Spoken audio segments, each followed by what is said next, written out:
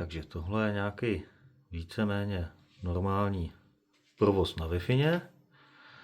Měřák mám kousek od mikrovlnky, nechci mu upálit vstupy, takže ho nedávám úplně blízko.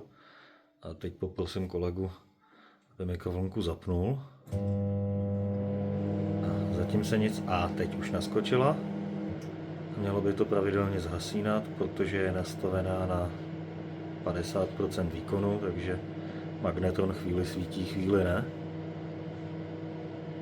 To je zase normální Wi-Fi provoz. Teď jede magnetron.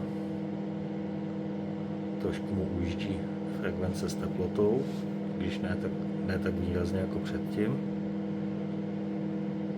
A za chvíli zase zhasne. Můžeš ji dát na 100% výkonu? A teď by měla jít furt napřed se rozlučí trafo, pak teprve se zapne magnetron jako takovej, když má dost nažhaveno. A svítí. A jakou máme úroveň? Minus 23 dBm. To je...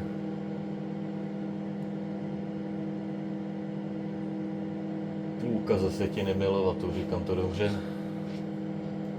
Teď se to nějak rozjelo do šňůřky.